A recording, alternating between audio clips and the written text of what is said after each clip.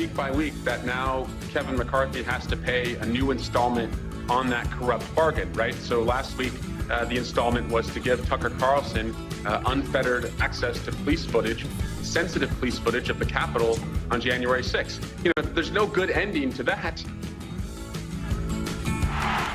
Alpha liberal, Eric Swalwell. Okay. You are kicking ass and taking Yeah, names. it is Alpha Liberal Day here on the Stephanie Miller Show, and here he is. Hi, Bob.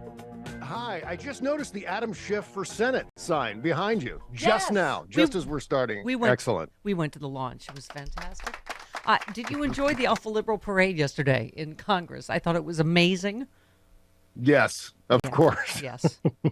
Well, the funniest thing about all of that is the clip that you played of Marjorie Taylor Greene talking about the fentanyl crossing the border.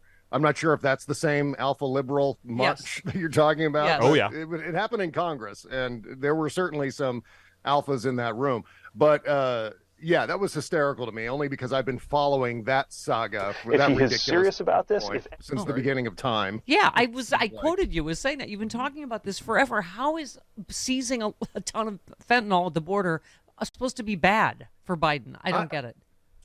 The only thing I can conclude by that talking point is they're trying to relate the idea that a lot of fentanyl is coming over the border, and they're only catching part of it.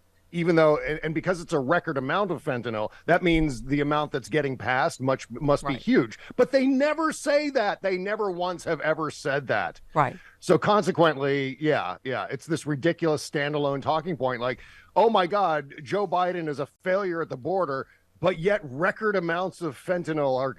At some point, do they hear that and go, you know, these things don't match up. One of these things is not like the other. And maybe we should adjust our talking points on this. That was great when Eric Swalwell just said, I want to say, attaboy.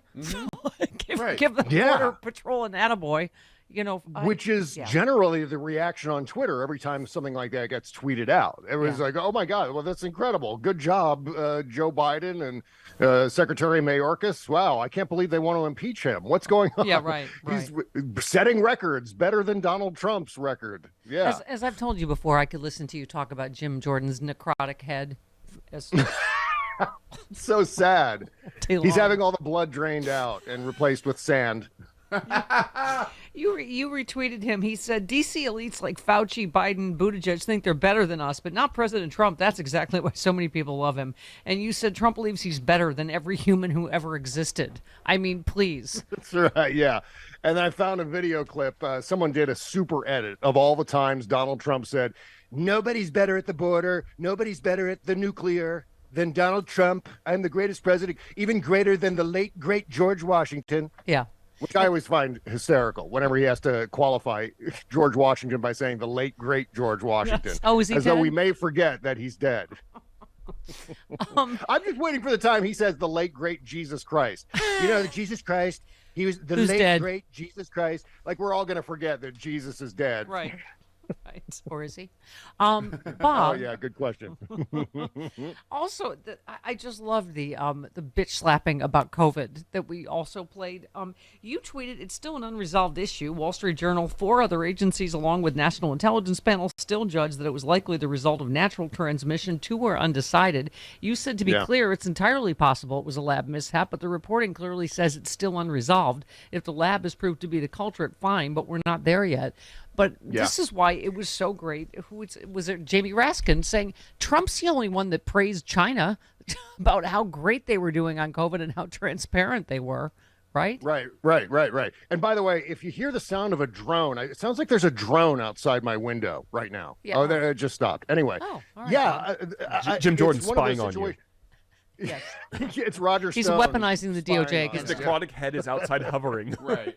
That's right. It's a Chinese spy balloon. No, he rode his bike past the moon in Bob's window. But with this Wall Street Journal story, this is a case where social media tends to get things wrong. And this is a case where everyone jumped to the conclusion, oh, my God, suddenly Joe Biden's admitting it was the Wuhan lab. It was a conspiracy all along. They sent us the virus from China, as Donald Trump would say. Yeah. And instead, all you got to do is read like the second paragraph in the Wall Street Journal piece to say, Oh, it's just one agency, and they've got low confidence, and all the other agencies are like, well, it's probably natural transmission, and a couple of agencies are unsure right now. And so it's still a giant question mark. But I go back to the question, who cares if it came from the lab? Thank you. Allison Gill tweeted this question. I do not think COVID came from a lab, but if it did, isn't that worse for Trump? I mean, the initial spread, the lockdown, the economic crash, and school closings all happened on his watch. I don't get how the origin of COVID changes any of that. Right. That's what I've never gotten either. Yeah. Well, all of this whole attack, this whole thing where, oh, yeah, it must have been the Wuhan lab and not the wet market or whatever. This is all a sideline debate to distract from the concept that the president of the United States waited 2 months to take action, knowing the threat that we faced. And this is all played out in Bob Woodward's book. He's got all the quotes, all the audio recordings. I mean, actual audio recordings of Donald Trump saying these things. Oh, yes, it's terrible. It's terrible. Are you going to do anything? No, I don't think so.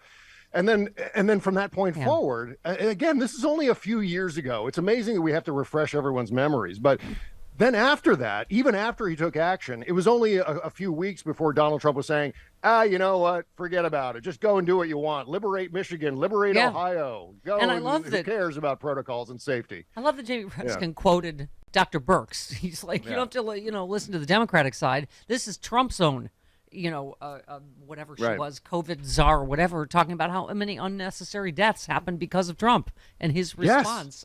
Yes. Study after study has shown that Donald Trump precipitated hundreds of thousands of additional deaths that could have been prevented if he had just been brave enough and had the courage to take action when he knew that COVID was going to be a real serious threat. And he didn't. He refused because he was too worried about running for re-election. One last one. Holy Jeff Tydrich tweets, COVID is a bioweapon, but it's also a hoax and no worse than the flu. And Donald Trump deserves endless praise for the vaccine I refuse to take. His peak dip incoherence. Congratulations to you morons. I tip my hat. I mean, it really is. It's just that's what it's become, is just complete incoherence, right? Yeah. Trump deserves credit for the thing I won't take. That doesn't work anyway, that blah, blah, blah. I mean, none of it makes any sense. Yeah, and by way of Woody Harrelson, I'm not making that big a deal about it because, after all, it's Woody Harrelson. Right. I mean, he's not setting COVID policy for America, but suffice to say, getting on Saturday Night Live and saying, oh, yes, you could only leave your house if you agreed to take the vaccine, which is a vast distortion of the timeline. Boy, is he condensing a lot of things into a bunch of conspiratorial gibberish.